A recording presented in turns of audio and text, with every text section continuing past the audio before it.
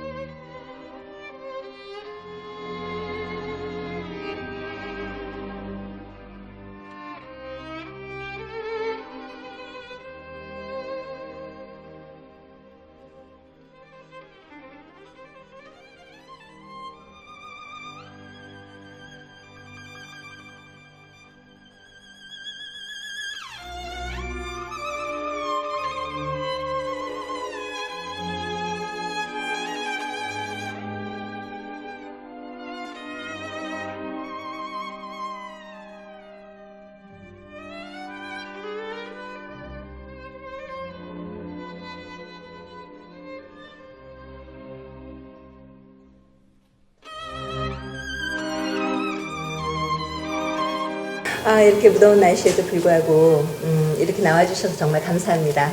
초대해 주셔서 고맙습니다. 네네. 오시는데 힘드시진 않으셨나요? 괜찮습니다. 아주 즐거운 마음으로 왔습니다. 감사합니다. 진짜 111년 만에 폭염이라고 지금 사람들이 다 너무 힘들어하는 가운데 또 이렇게 우리 회장님 만나 뵙게 돼서 또 전 개인적으로 너무 영광입니다. 제가 영광이죠. 네. 우선 말씀 나누기 전에 우리 회장님 양력부터 우리 시청자분들께 소개해드리겠습니다. 너무 많은 호칭이 너무 많으신데, 자, 우리 홍성훈 회장님은 아동문학가이시고요, 그리고 시인이시며 동화구연가, 그다음에 시낭송가, 연극인, 풍수지리가 이렇게 많은 일들을 하고 계세요. 국민행복당 최고위원 겸 대변인을 역임하셨고요. 한국정책방송 언론 전문기자도 역임하셨습니다. 재능구연동아회 회장 역임하셨고요. 풀꽃 아동문학회 회장 역임하셨습니다. 현재는요, 뉴스매거진 신문사 보도 총괄국장 논설위원으로 활동 중이시고요. 한국수중환경협회 독도문화예술위원장으로 활동하고 계십니다. 또한 한국현대시인협회 이사로 계시고요. 한국문인협회 평생교육원 지도교수로 활동하고 계십니다. 또 한송연애협회 회장님으로 계시고요. 한국문인협회 문학낭송가회 회장으로도 계십니다. 이 밖에도 굉장히 많은 활동을 하고 계시는데 제가 다 말씀드리지 못합니다. 네, 저서로는 창작 동화집 아버지를 사가세요. 그 다음에 행운을 가져오는 집 꾸미기, 아마 풍수지리서인 것 같아요. 그쵸? 네. 그리고 창작 만화로 치유천왕, 독도, 그 밖에 공저를 포함 80여 권의 저서를 가지고 계십니다. 수상 내역으로는 한국신문협회상을 수상하셨고요. 옹달샘 한중 아동문학상, 김영일 아동문학상, 황희문화예술상 문화부문 대상, 그 다음에 한국창작문학상 대상 등 각종 문학상과 또 구연동화와 시낭송 대회에서 다수의 수상 경력을 가지고 계십니다. 소개해드리는 것만도 숨이 차요. 근데 이 밖에도 정말 무수히 많은 경력과 수상 내역을 갖고 계시거든요. 근데 제대로 해놓은 건 없어가지고. 너무 겸손하세요. 와, 정말. 이 중에서 그러니까 문인과 언론인 또 낭송가 그리고 정치인의 길을 걸어오셨잖아요. 네. 그럼 이 중에서 제일 먼저 걸으신 길은 어느 것인지 궁금해요. 사실 문인 되기 전에 언론인이 먼저 됐습니다. 근데 제가 언론인을 먼저 하셨군요. 이 문학낭송가의 네. 동화구연 시낭송 이 문이 되기 위해서는 제 얘기를 잠깐 좀 들려드려야 될 것 네, 같습니다. 네. 저는 사실 아버지 얼굴을 모릅니다. 그 어머니가 네. 21살에 혼자 되셨어요. 아버지는 일본 경기 때 징병으로 끌려가셔서 네. 그 일본 아이들한테 좀 원래 성격이 좀 급하신 모양이에요. 네. 그리고 좀 정의로우셨다든지 어린 아이를 징용 가는 아이를 때리는 걸 가지고 말리다가 그 자리에서 총살을 당해서 오셨어요. 그래서 그게 한 줌으로 재료와 가지고 할아버지는 그 아들의 죽음을 보고 바로 화병으로 돌아가셔서 어머니가 이제 21살에 보따리 장사를 시작했어요. 그러니까 저는 이제 할머니, 어머니 밑에서 이제 막 자랐죠. 그때가 저를 낳고서는 아버지가 한 달도 안 돼서 가셨어요. 네. 그래서 그 이야기를 하자면은 이제 그래서 문인에 된 거는 5살 때 처음 이제 글을 깨쳤다고 하는 것보다는 할머니가 어머니를 매일 보따리 장사하고 늘 못 보니까 네네. 너는 저 서당 가서 네.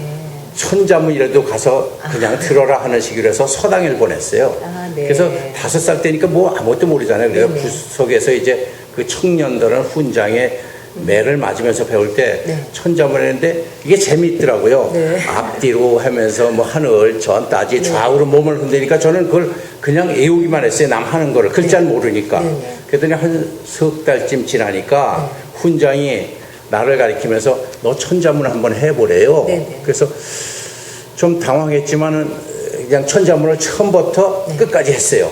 그랬더니 놀래가지고 네. 뭐 신동이 태어났니 뭐 맞아요, 이렇게 동네에 가지고 지금은 5살이면 영어도 하잖아요. 근데 그 그래도 당시 옛날엔, 5살이면 아마 신기했던 모양이에요. 네. 그래서 이제 그때 이제 천자문을 해서 그 화선지라는 거를 상을 타오니까 할머니가 그걸 보고 펑펑 우셨어요. 우리 손자가 상 타왔다. 네. 그러니까 아마 혼자 있는 걸 보고 한 모양이에요. 네. 이제 그렇게 해서 글을 깨고 이제 이제 6살에 이제 초등학교를 들어가고 그다음에 중학교까지도 이제 다녔는데 어머니가 보따리 장사를 했는데 지금같이 돈으로 준 게 아니라 쌀, 뭐 보리, 콩 이런 걸로 주기 때문에 굉장히 무거웠어요. 그래서 이제 자전거로 저는 이제 중학교 끝나면은 어머니 이제 마중을 가서 네. 그래서 이제 오고 보따리를 실어 오고 했죠. 네. 그랬더니 그 당시는 다 어려웠으니까 그랬더니 중학교 3학년 때니까는 이제 고등학교를 못 가잖아요. 중학교도 간신히 간 건데 네. 그랬더니 농사를 지어야 되겠다 했는데 담임 선생님이 이제 이천중학교를 나왔는데 너는 머리가 좋고 영리하니까 네네. 고등학교를 가래. 그래서 고등학교 갈 형편도 안 되고 할머니도 와서 농사를 지어야 되겠다 이렇게 생각했더니 너는 아니고 서울에 국립최신고등학교라는 게 있대요. 근데 그거는 최신. 국립최신고등학교 지금은 없어졌습니다. 그래서 이제 돈을 받으면서 그리고 졸업을 하면은 바로 기술해 갖고 취직도 해준대 이게. 그러니까 너 같은 애만 들어오지 전국에 아무나 들어오는 게 아니라 이게요. 중학교에서 1, 2등 하는 사람만 입학원서 써준대요.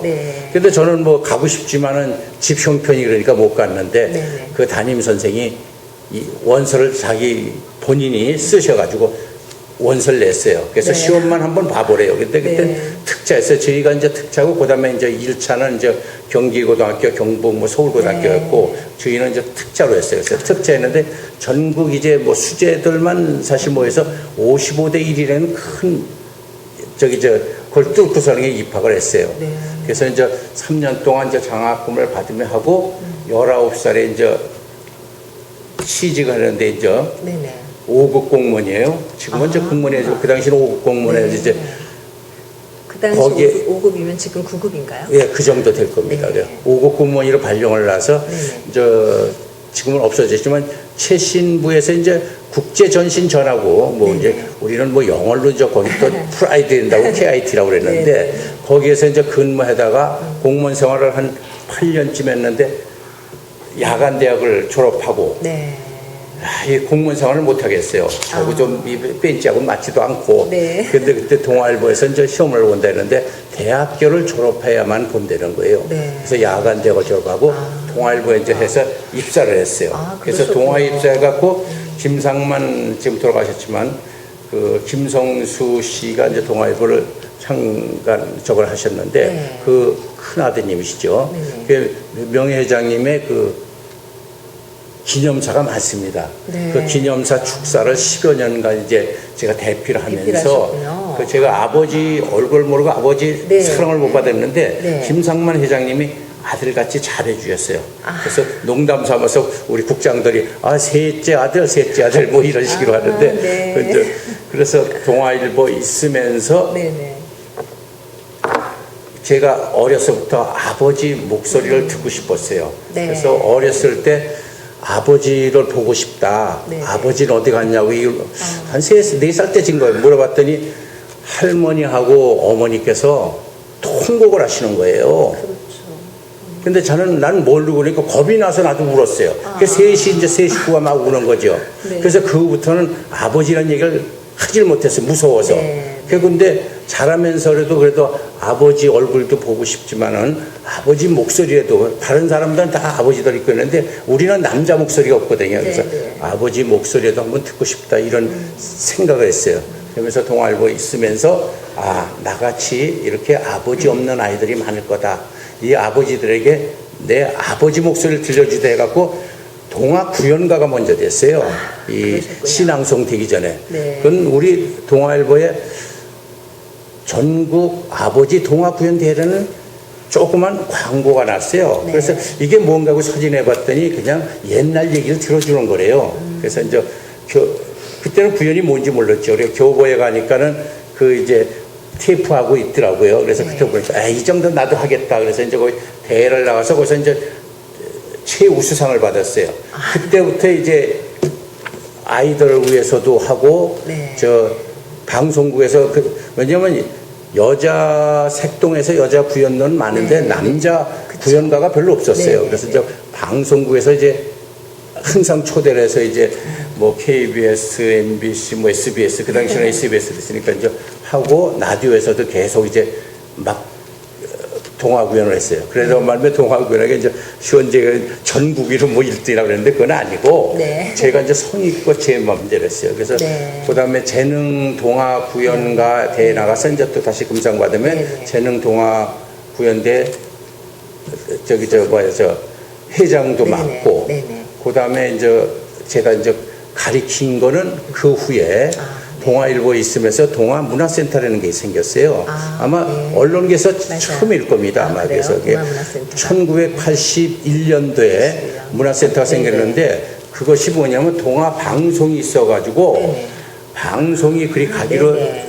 여의도에 집을 지었는데 그 50에서 전두환 대통령이 이 통폐합을 하는 바람에 동아방송이 없어졌어요. 네, 네. 그러니까 그 자리를 뭘 할까에 대한다 문화센터를 하자. 그래가지고 이제 문화센터가 생기면서 저도 이제 동아구연을 이제 가르치기 시작했죠.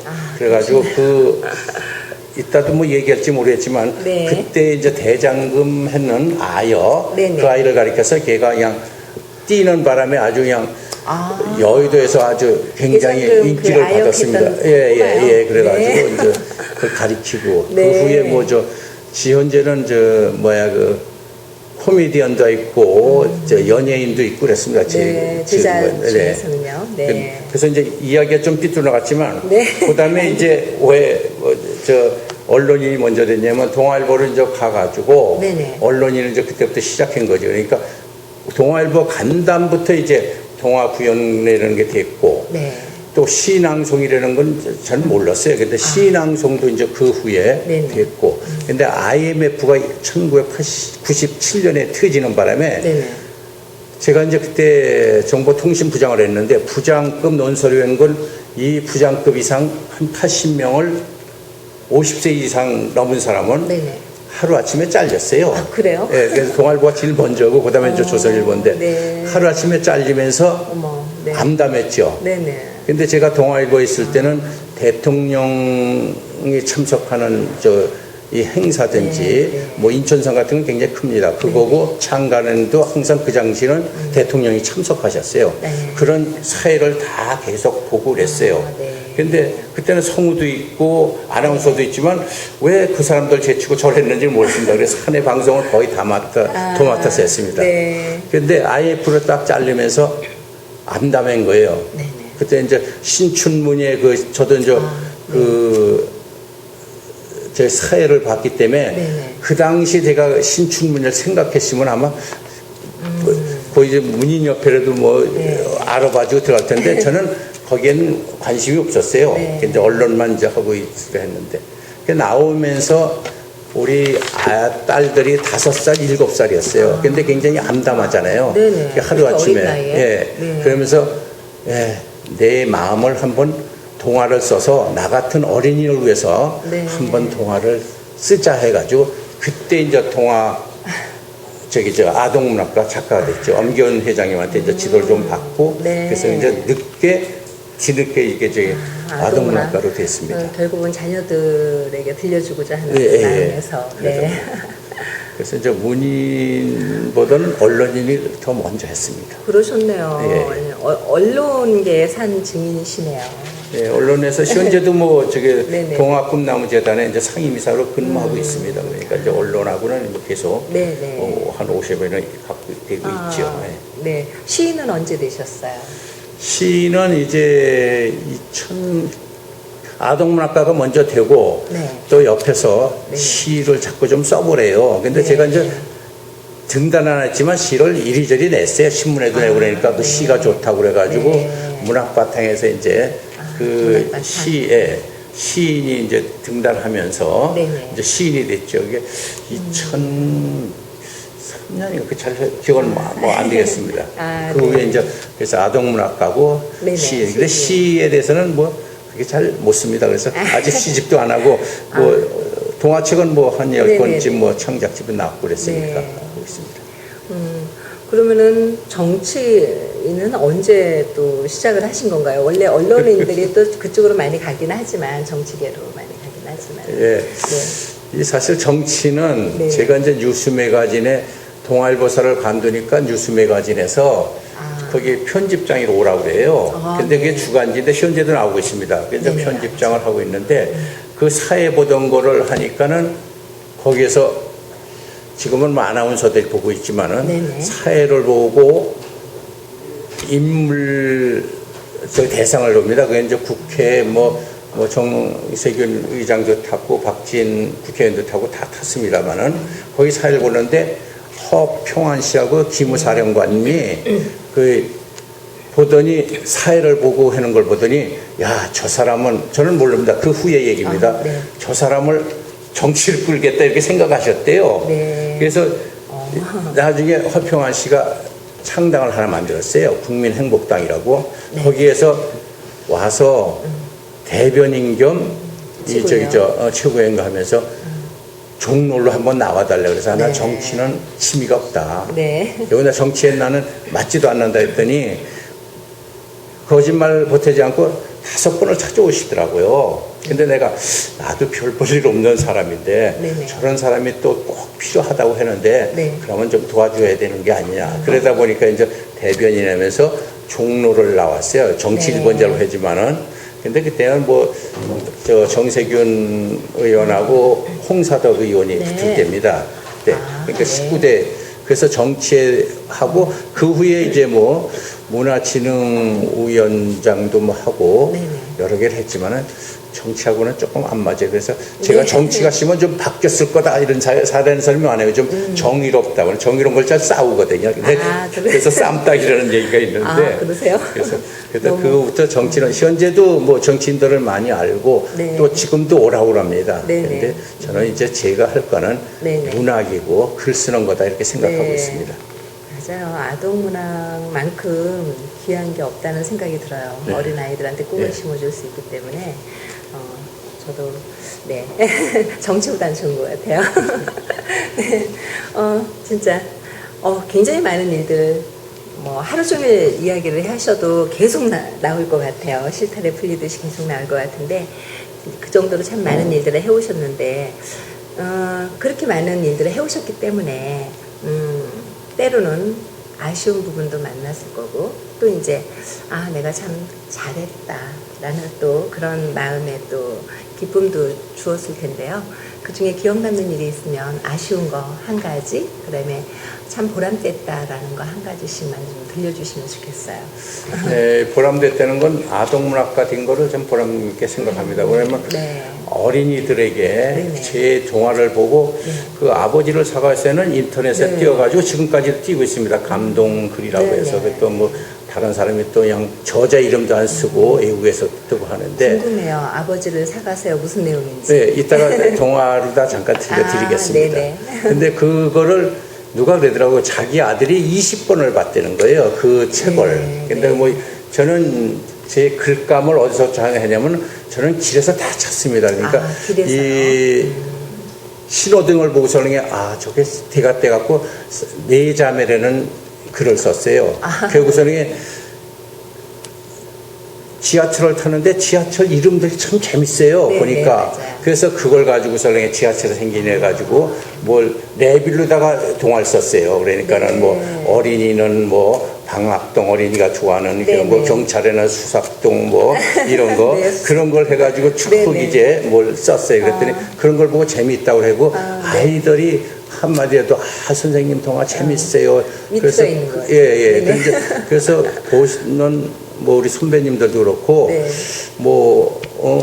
홍 선생 동화는 네. 뭔가 메시지를 주면서 아이들이 네네. 재밌게 읽고 네, 있다. 그래서 네. 피자 나왔습니다. 이거 그 국제팬 제가 문학상을 받았는데 그건 뭐냐면 지금 학생들이고 어른들도 그렇지만 네네. 이 우리의 한글이 굉장히 귀중하잖아요. 그쵸. 근데 그걸 막씀에 피자 나왔다면 되는데 피자 나오셨습니다. 커피 오셨습니다. 뭐 이런 식으로 쓰는 걸 그걸로 이제 제가 이제 피자 나오셨습니다. 책으로 냈고 네. 그다음에 이제 남편을 팔아서라는 책을 또 그래요? 냈어요. 근데 그거는 남편을 팔았어요? 저희 어머니와 아버지의 실제 얘기를 썼습니다. 그랬더니 그걸 보고 많이들 뭐 울으셨다고 하더라고요. 네. 그래서 이제 그 여러 개 이제 낸 중에 그 책을 보면서 아동문학가 된 게 보람되다. 네. 뭐 수필가보다는 이게 네, 낫다 네. 해서 이제 그 되고 좀 아쉬운 점은 좀 뭐 이제 세월이 흘렀으니까 이 얘기해도 되는데요. 네. 제가 재능 이제 신앙송대를 금상을 타고 들어갔어요. 그때인데 네. 여성분들이 쭉 있었어요. 네, 네. 근데 남자는 처음 이제 그러니까 일기라고 할 수 있잖아요.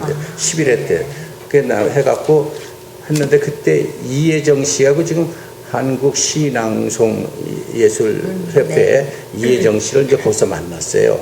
그랬는데 이제 뭐냐면 재능에서 제가 이제 싸운 거는 왜 나왔냐 하면은 지금도 아마 지금 회자되고 있는데 네. 재능에서 다른 데 나가는 건 못 나갑니다. 네네. 네. 네, 맞아요. 근데 다른 데서 대상을 받으면 재능 들어온 걸 다 받아들여요. 네. 그래서 내가 그게 말이 되느냐. 네네. 응? 다른 데서 받아들이면 재능에 가서도 다른 데 가서 하게 해야지. 왜 재능, 너희만 이렇게 하냐 했더니 그걸 가지고 이제 싸면데 어떻게 했냐면 제가 이제 해요.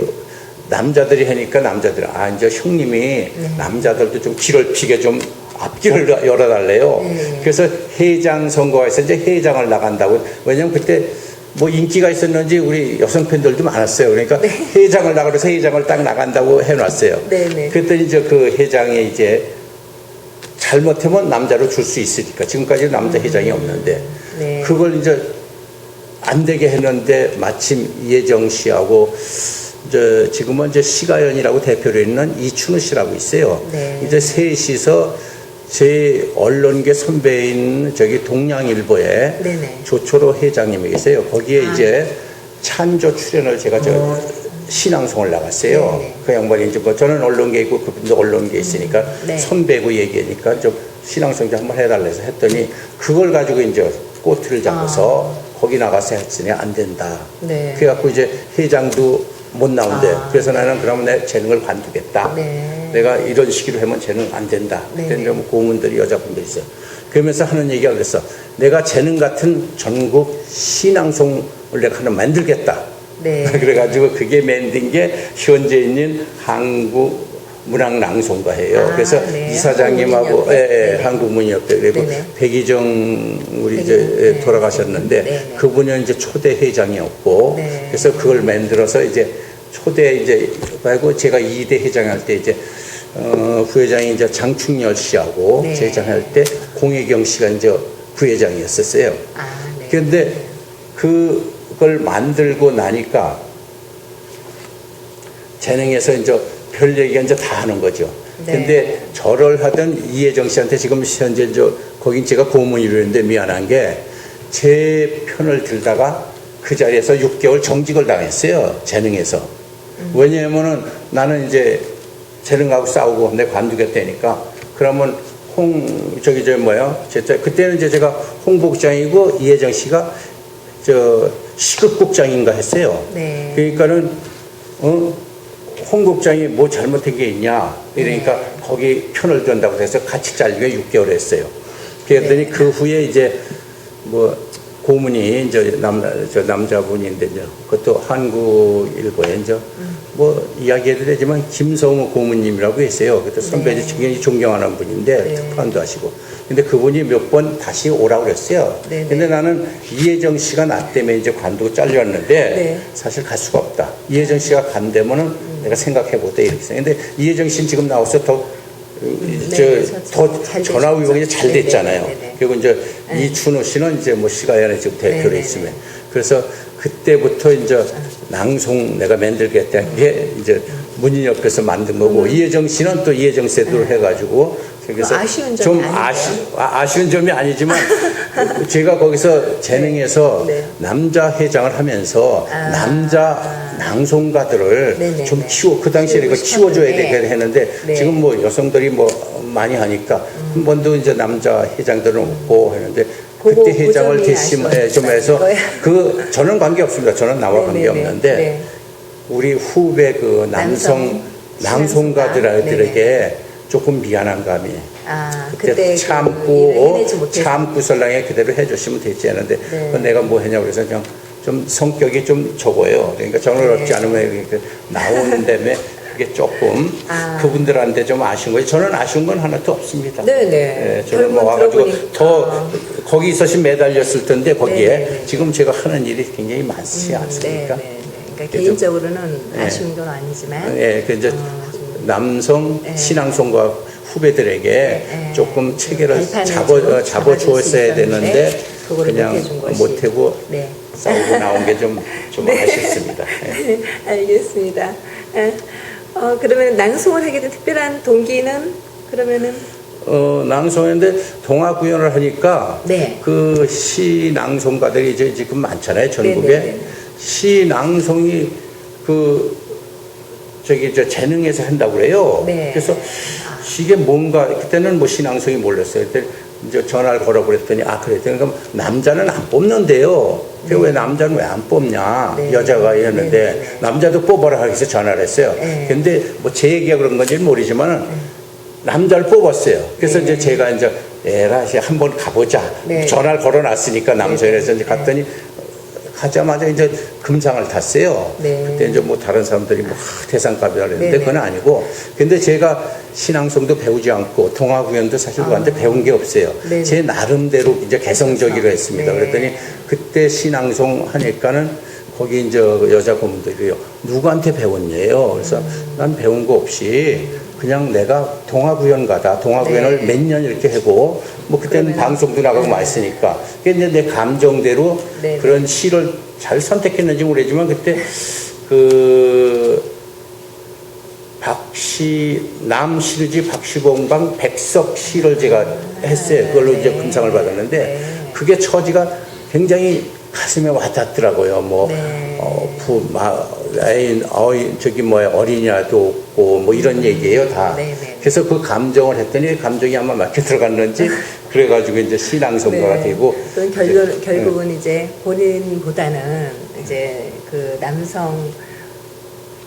남성들이 신앙송가가 되게끔 하는 그 길을 열기 위해서 하게 된 그래서 동기가 되신 거죠. 예. 말씀이 너무 그러니까 들려주시고 싶은 말씀이 너무 많으세요, 그렇죠? 시간은 한정되어 있고. 네, 다음 질문으로 그럼 들어가면서 계속 말씀 들려주세요. 네, 그럼 이제 지금 연세 여쭤보면 실례겠죠? 네. 한참 됐습니다. 네. 70 중반 돼 갑니다. 그렇게 하나도 안 들어 보이시거든요. 고맙습니다. 네. 철이 없어서 그래요. 아동문학가이셔서 그러신 것 같아요. 어린아이들하고 호흡을 같이 하시다 보니까 늙는 거하고는 거리가 먼 것 같아요. 그래도 나이는 들으셨으니까 나이가 들어가면서 가장 무서운 것이 있다면 무엇인지 궁금해요. 제가 이제 동화구연을 이제 많이 가르치고 있는데 문인협회에서도 가르치고 많이 가르쳤는데 네네. 혹시 나이가 들어서 제 목소리가 네. 늙거나 안 나왔을 때 그 네. 노래를 그 이야기를 듣고 싶어하는 사람들이 못 들려줄까 이런 게 조금 네. 걱정이 돼요. 그러니까 나는 그게 좀 제일- 건강이죠. 그러니까 네네. 건강이 제일 걱정이죠. 그러면서 이 목소리를 목소리가. 변하지 않고 네네. 그대로 지금같이 뭐 할아버지든 뭐든 낼 수 있고 네. 상대방 어린이도 그렇고 이제 뭐 어른도 좋아하십니다. 요새 근데 네네. 어린이들이 굉장히 좋아했을 때까지 했으면 좋겠다. 그러니까 그게 좀 걱정이 됩니다. 나이 드니까 자꾸 변하잖아요. 목소리도. 모든 낭송가들이 걱정하는 부분이네요. 아, 그래. 네. 그렇겠죠. 네, 그러시구나. 그리고 또 한국연예협회 아까 회장으로 제가 소개를 해드렸거든요. 사람들이 궁금해할 것 같아요. 한국연예협회가 어떤 단체인지. 네. 네네. 이게 제 원 이름은 네. 한국낭송구연예술협회예요. 그래서 지금 낭송 한국문예협회에서 제가 네. 동화구연을 가르친 거 벌써 7년인가 처음 시작할 때부터 지금 현재까지 가르치고 있으니까요. 네. 거기에 있는데 거기서 나온 사람들이 지금 뭐 많이 있어요. 네. 근데 그 사람들을 주로 해가지고 네. 거기서 이름을 따서 한국 낭송의 송자를 따고 한국의 송 낭송. 그리고 구연의 연자를 따서 네. 그리고 결국 이제 예술 이제 국악인도 그러니까는 네, 네. 노래까지 해자 그랬고 이제 그래서 한송 연예협회라고요. 네. 예, 그래서 이제 딴 겁니다. 그래서 지금 한 회원들은 한 50여 명은 하는데 실제로 한 20여 명은 지금 요양원이든지 네. 가리키고 구청 같은 데서 가리키고 있습니다. 우리 여기 지도 신앙송가 하고 이게 있군요. 대가로 있는 우리 한옥래 씨도 사실 저한테 배운 일기생 동화구연가입니다. 그래요? 자격증이 있습니다. 그래서 그래서 저렇게 이제 나가서 네. 신앙송가로 되고 동화 뭐 네. 되고 그리고 지금 뭐 호주에서도 또 아침에도 이제 뭐 문자가 왔지만 호주에서도 항상 와요. 교수님 뭐 어떻게 했으면 좋겠냐. 네. 그래서 지금 전국에가 아니라 세계에서도 배운 사람들이 자기 나름대로 하는 걸 좋아서 그걸 묶어주자 해가지고 네. 이제 한송연예협회를 이제 만들어서 현재 사무총장은 그 아동문학가고 국악해요. 국악도 한 20년에 국악이 내는데 박명정이라고 네. 사무총장이 맡아서 잘 이끌고 있어요. 네. 저한테 이제 배워서 조교로 있고 그러면서 네. 그래서 이제 그런 협회입니다.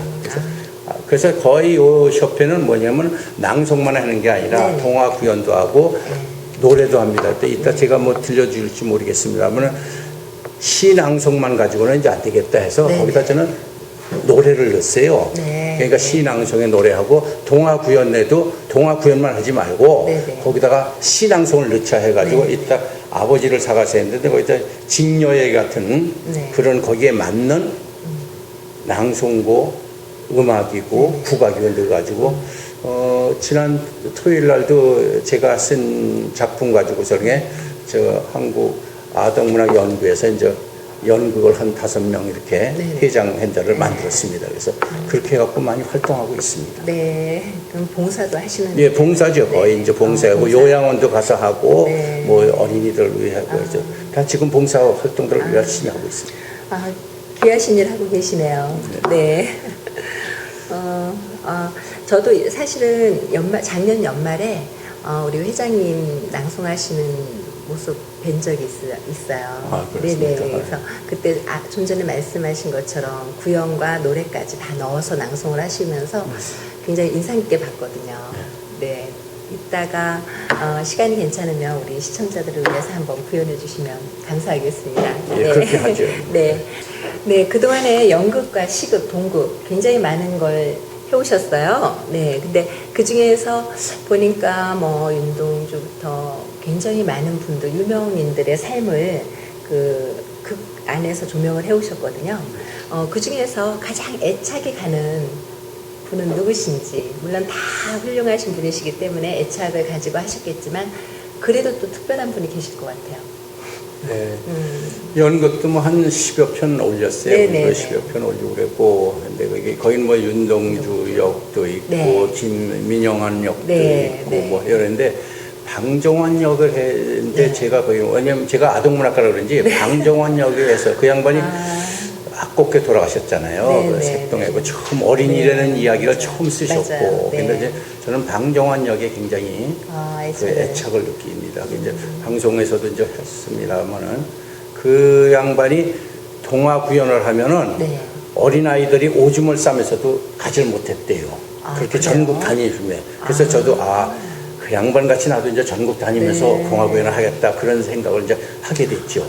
방정환 쌤이 동화 구연 하셨다는 얘기는 제가 처음 무지해서 듣습니까? 그런가 처음 들었습니다. 예, 동화 구연 하면은 그 아이들이 가지를 않았답니다. 오줌을 싸면서도 역시. 그냥. 예, 예. 네. 그래서 그 양반이 굉장히 저는 애착을 많이 갖고 있습니다. 왜냐하면 또 젊은 나이에 그렇게 돌아가셔서 네, 네. 더 살았으면 네. 어린이들에게 좀 더 그렇죠. 많은 일을 하지 않았을까 해서 윤동주 뭐 시인도 그렇지만 네, 저는 네. 저 아동문학가라든지 네. 또 강정환 그러니까요. 역시 아동문학가십니다. 네.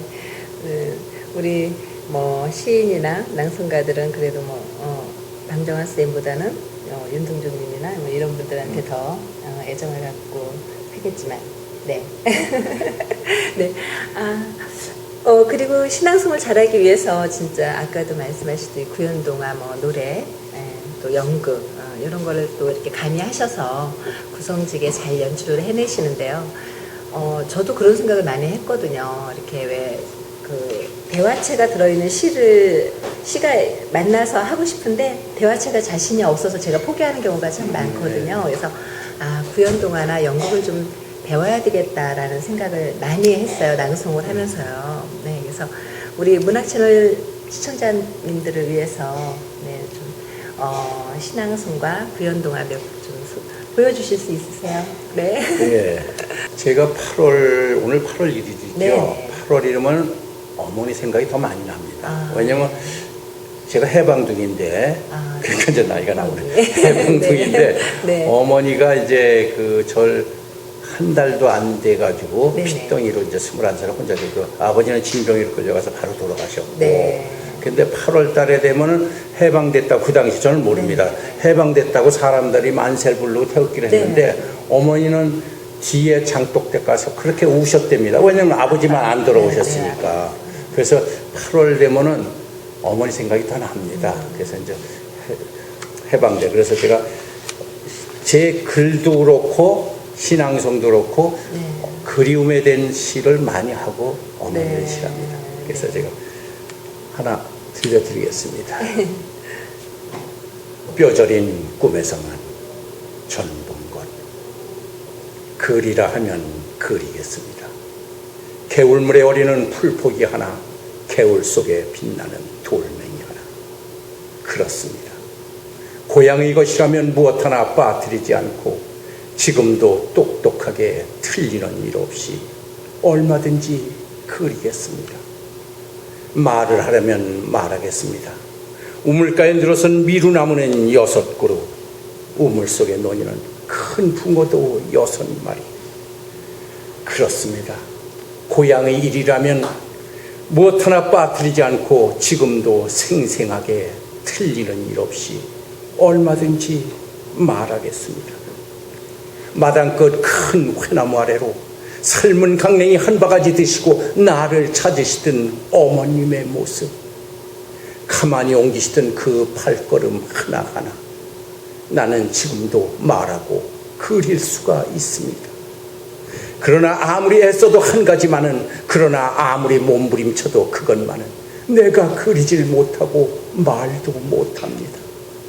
강이 산으로 변하길 2번, 산이 강으로 변하길 2번, 그리고도 더 많은 세월이 가로 세로 파놓은 어둡고 아픈 어머님 이마의 주름살, 어머님, 꿈속에 본 어머님 주름살을 말로 하려면 목이 먼저 메이고, 어머님, 꿈속에 본 어머님 주름살을 그림으로 그리라면 눈앞이 먼저 흐려집니다. 26년 뼈저린 꿈에서만 메시던 어머님이시여, 어머님, 무명치마 졸라매고 새벽 이슬 맞으시며 한평생 모진 고난 참아내신 어머니,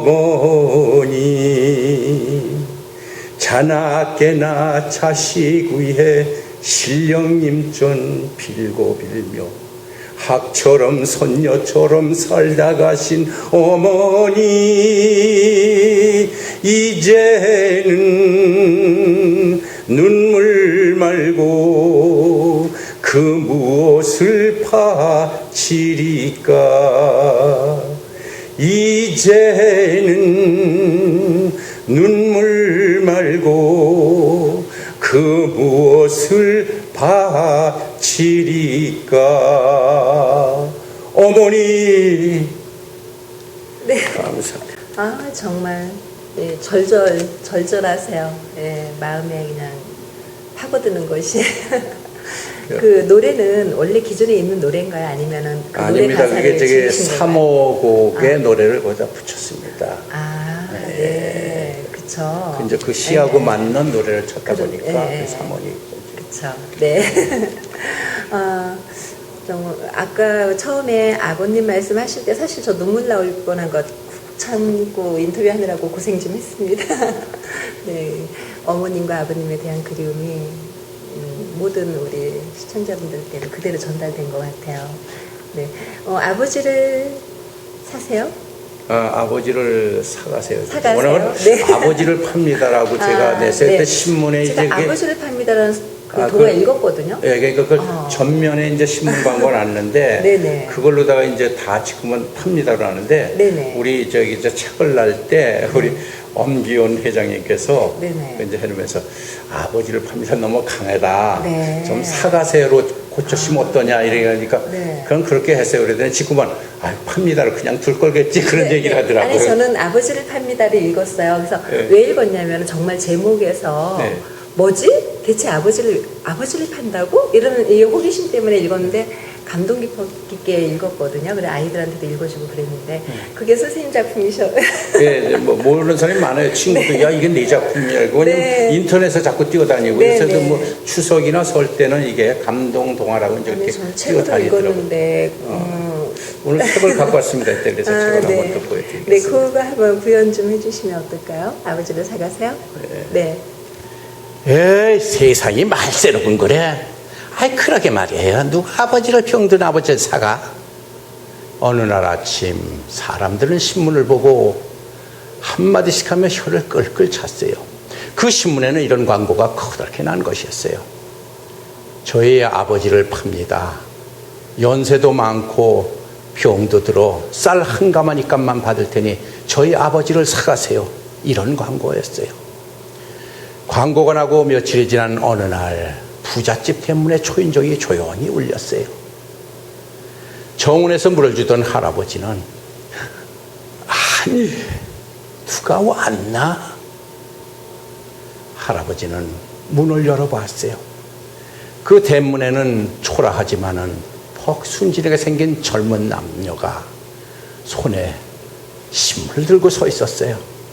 아니 어떻게들 오셨소? 예, 이 신문에 아버지를 판다는 광고를 보고 찾아왔습니다마는 그래요? 우선 안으로들 좀 들어와요. 두 젊은 부부는 할아버지를 따라가면 눈이 시둥그레졌어요. 그 집은 대궐 모양 웅장했고 정원도 잘 정리되어 있던 것이었어요. 그리들 좀 앉아요. 사실 그 신문에 난 그 친구는 내 친구이지만 지금 늙고 병들어서 언제 죽을지도 몰라. 그런 아버지를 왜 사가려고 하는고? 이때 젊은 남자가 말했어요. 예, 저희는 어려서부터 고아원에 있어서 아버지, 어머니 얼굴을 모릅니다. 저희 둘은 뜻이 맞아 오늘같이 살다가 결혼을 했습니다마는 저희 마음속에는 아버지, 어머니를 한 번이라도 모시고 크게 한번 불러보고 사는 게 한이 됐습니다. 그래서 이렇게 찾아왔습니다. 그래서 그만. 근데 살기는 괜찮은가? 어렵게 삽니다마는 아버지 한 분을 모실 그런 여유는 있습니다. 그래. 그 늙은이 오늘 들어가면 내일 죽을지도 몰라. 그래도 괜찮겠나? 할아버지는 젊은 남녀의 눈치를 보며 이야기했어요. 예, 그래서 저희도 처음에는 망설였습니다. 그러나 쌀 한 가마니 값에 아버지를 판다는 그 집안과 또 이것은 하늘에서 우리에게 아버지를 한번 모실 수 있는 복을 주신 거라 생각해서 이렇게 뛰어왔습니다. 그래, 돈들은 가져왔소. 이때 젊은 여인이 신봉투를 할아버지 앞에 공손히 내밀었어요. 아니, 무슨 봉투가 이렇게 두둑한가? 예, 얼마나 어려운 집안이면은 쌀 한 가마니 값에 아버지를 팔까 생각해서 평상시 저축했던 돈을 좀 보태가지고 왔어요. 허허, 참 착한 사람들이로구먼. 근데 저희 아버지는 그 늙은이도 이제 집을 떠나려면 좀 정리할 게 있을 게야 한 열흘 후에 와서 다시 모셔가게나. 예, 저희 아버지 체격은 그 늙은이 나하고 체격이 비슷하지. 나하고 비슷해. 예, 잘 알겠습니다. 열흘 후 그 젊은 부부는 할아버지 댁을 다시 찾아갔어요. 어서들 오게나. 어서들 와.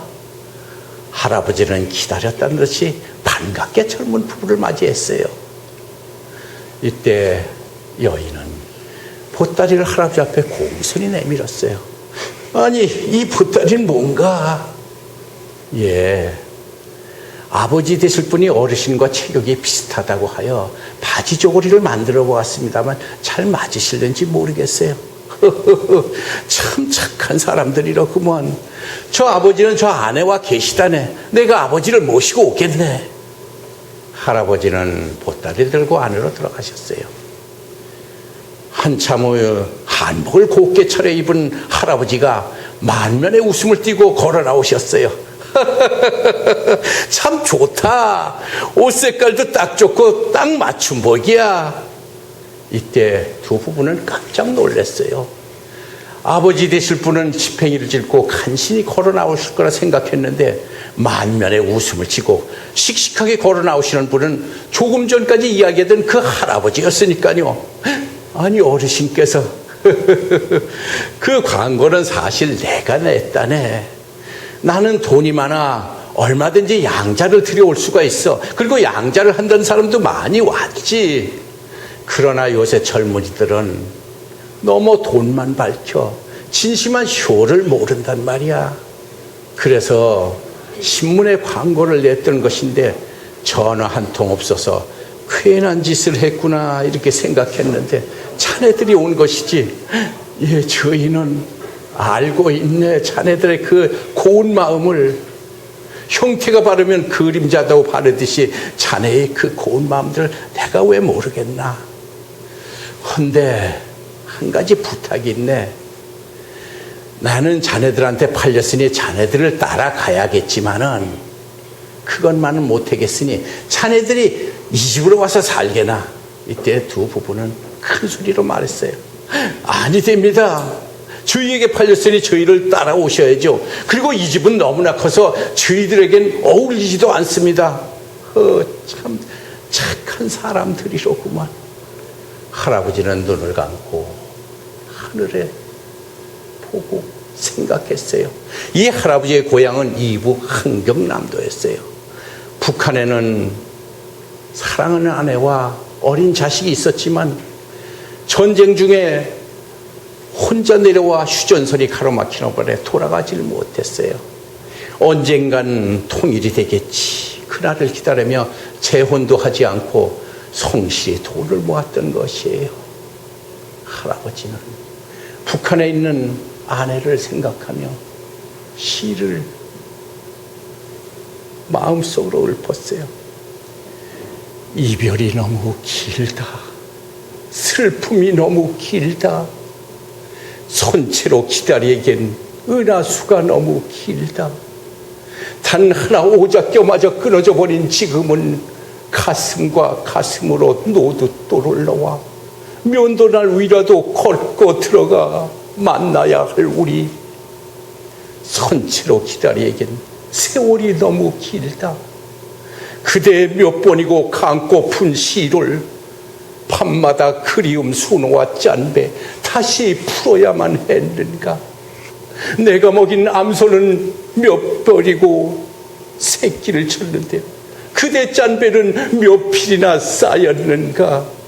이별이 너무 길다. 슬픔이 너무 길다.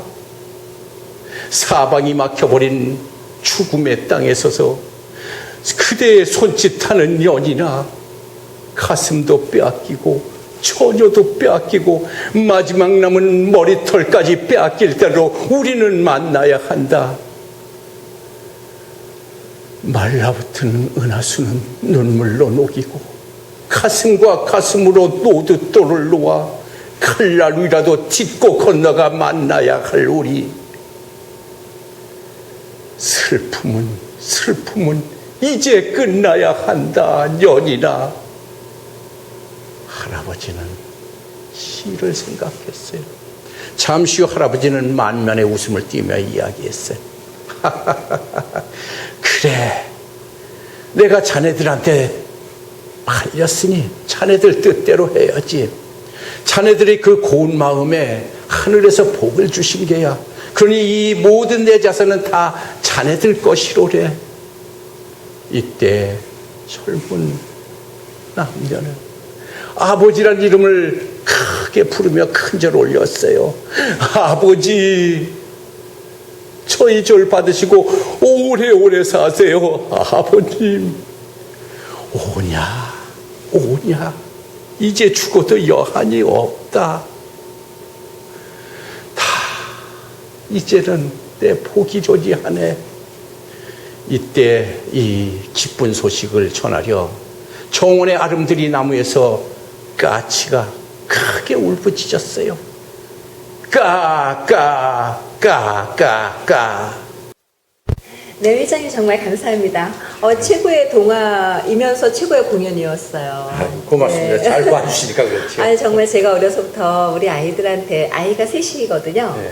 그 아이들한테 다 들려준 동화예요. 그래서 아이들이 이렇게 따뜻한 마음으로 자라기를 이렇게 원하며 기도하면서 들려준 동화이기 때문에 그게 이제 우리 회장님 작품이라니까 오늘 너무너무 기쁘고 영광입니다. 네, 우리 회장님의 그 아버지에 대한 그리운 마음이 고스란히 동화 안에 들어가서 이렇게 최고의 명작이 나오지 않았나 싶어요. 네, 오늘 너무 행복하고 따뜻해요. 감사해요. 네.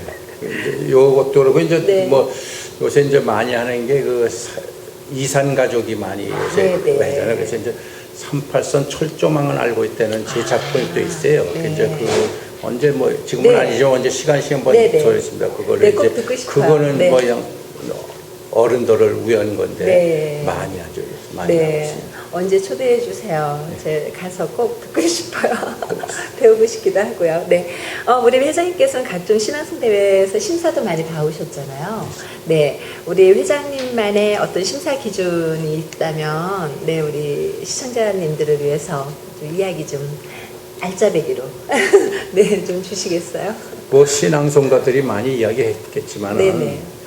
우선 이 시를 네. 자기하고 맞는 시를 해야 되는데 네. 어떤 사람은 맞지 않는 걸로 갖고요. 그리고 네네. 시를 많이 해서 진짜 저 사람이 그 시인의 마음을 알아.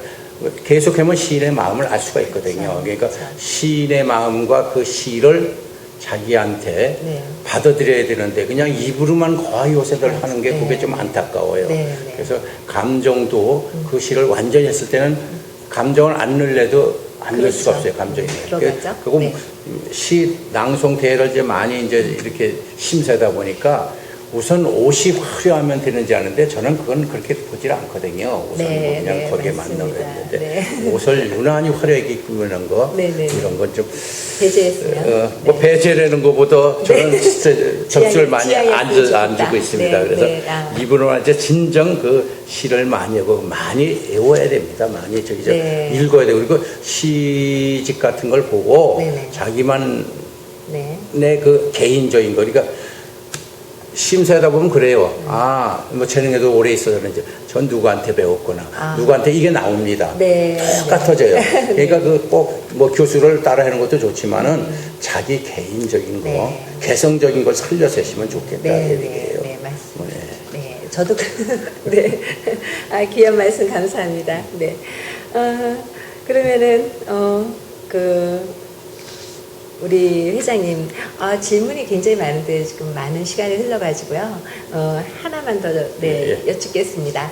앞으로의 비법은 나 무슨 얘기하고 있죠? 죄송합니다. 앞으로의 계획이 어떤 건지 좀 여쭤보겠습니다.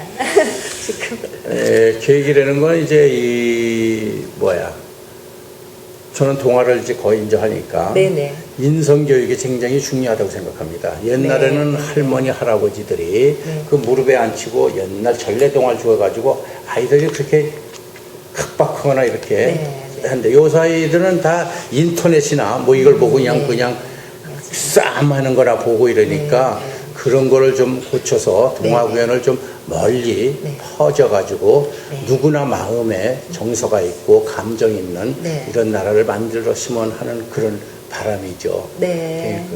그 인성교육이 굉장히 중요하다고 생각합니다. 동화 구연에 대해서는. 앞으로 동화 구연을 많이 신앙송도 그렇지만 동화 구연도 그렇고 모든 게 그냥 입으로 아이들한테 해주는 게 아니라 그 아버지가 제대로 가정이 쓴다는 시기로 부모들은 아들들의 표본이거든요. 아이들은 부모 하는 행동을 합니다. 그러니까 이제는 어머니가 들어주는 게 아니라 아버지들도 아이들한테 동화 구연하고 신앙송을 그래서 일주일에 한 번이라도 날짜를 잡아가지고 이날은 신앙송다 이러니까는 엄마고 아빠고 언니고 오빠고 다 하나씩 신앙송을 하는 거예요. 배워가지고 그래서 무슨 상품도 마련한다지 아빠가 만들어야 되니까 신앙송 날을 하나 잡아가지고 아니면 동화구연 날을 하나 잡아가지고 한 달에 한 번씩 이렇게 하시면 얼마나 좋을까 이렇게 생각합니다. 그리고 우스갯소리 같지만은 이 노래방 가면은 노래방 있잖아요.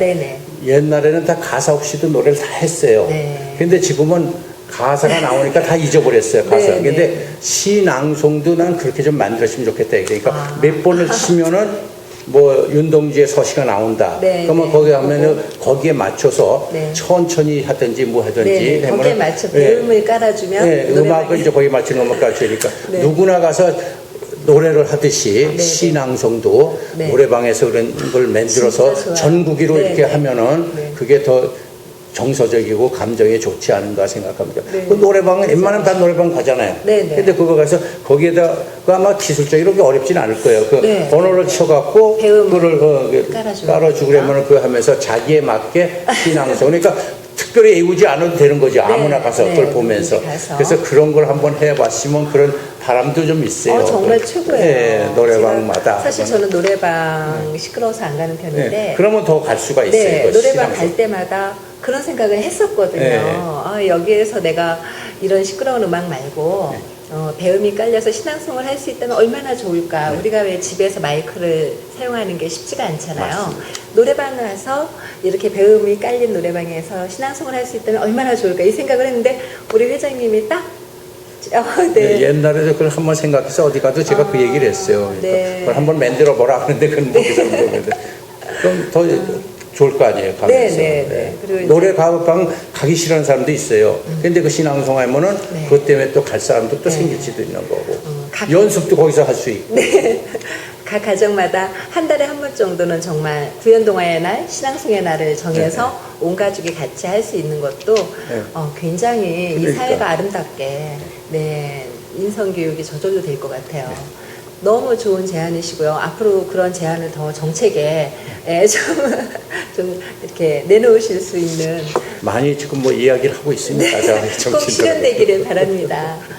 오늘 우리 회장님 모시고 너무 행복하고요. 정말 가슴 뭉클하고 가슴 따뜻한 말씀 나눠보았습니다. 저 너무 기쁘고요.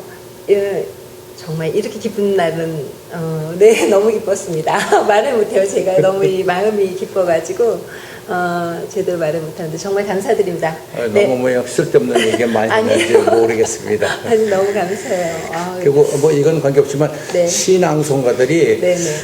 그 대상만 받으려고 다니는 거 그것도 저는 못마땅하거든요. 사실은 네. 자기가 시가 좋아서 그걸 그렇죠. 해야 되는데 그렇죠. 꼭 여기 가서 안 되면 저쪽 가고 네. 그 대상이 뭐 중요하긴 하겠지만은 그게 네. 중요한 건 아니에요. 저는 재능에서 한번 딱 해고 어디 가서 한 번도 안 했어요. 근데 뭐 나 이거 해고 왜냐면 꼭 내가 필요하고 한 거지 대상 받으려고 뭐 이런 거 하는 거고 그건 좀 근데 저는 또 좀 그게 목표다 보니까. 그러니까 목표를 네. 그렇게 삼으니까 그래도 보니까 그것만 그냥 애우고 그렇죠. 하는 거 한단 말이에요. 그러니까 네, 시를 사랑하는 진짜 마음이 시를 먼저 사랑하고 존재돼요. 진짜 동화를 사랑하고 이렇게 네, 네. 하면은 맞아요. 자기 마음도 갈 수 있지만 저절로. 옆에 사람들한테도 네. 굉장히 이제는 착하게 사는 게 경쟁력입니다. 아멘이라고 말하고 싶습니다. 이제는 경쟁력도 착하게 사는 네, 거 네, 어떻게 네. 착하게 살아 네, 그래가지고 저는 옆에 좀 배려하면서 네. 좀 베풀면서 이렇게 네. 사는 게 내가 좀 손해본다 하는 식으로 네, 살았으면 네, 네. 좋겠다는 제 생각입니다. 네, 너무 귀한 말씀 정말 감사합니다. 지금까지 한국문인협회 문학낭송가의 홍성훈 회장님을 모시고 말씀 나눠보았습니다. 문학채널 초대석 허향숙이었습니다.